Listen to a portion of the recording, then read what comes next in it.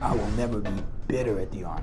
I think I could be disappointed in the way things went. Retired Sergeant First Class Keith Downs served with distinction for 20 years in the U.S. Army and went on to a teacher as a career after that for 19 years, where he teaches Junior ROTC at a school in Riverside, Burlington County. But all that's in jeopardy now after he opened an email. Did you read your email? I said, no, what? Let me go check.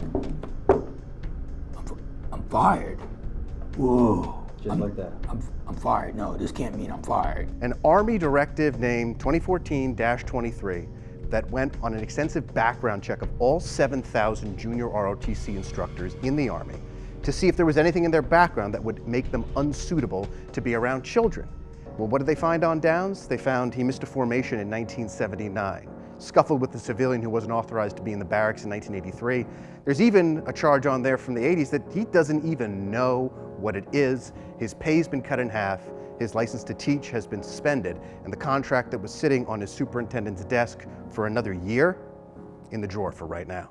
I'm feeling like this is a lynching. That's the back of my brain feels like this is what it feels like to be lynched.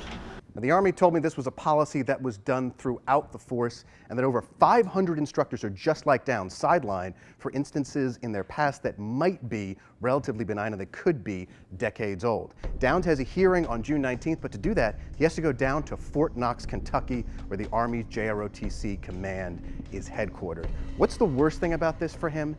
His students don't know what happened. I'm more concerned about them because I don't want to be just yanked out. I want to be there for graduation on the 20th. The 19th, I get my hearing. I'm going to tell the colonel, I said, Colonel, please let me go back for graduation. Right. I reached out to the Army for comment, and they told me that an individual certification to serve as an Army JROTC instructor may be withdrawn based on the findings during the review process that meet the qualifications for mandatory disqualification, such as sexual offenses, drug felonies, and violent crimes or criminal offenses against children. Now, when I followed up with them, bringing up the fact that the situations mentioned in Downs' file, which I've seen, don't seem to correspond with the items the Army is looking for to disqualify someone, they said that while they couldn't discuss specific cases, each instructor's situation and fate is decided on its own merit.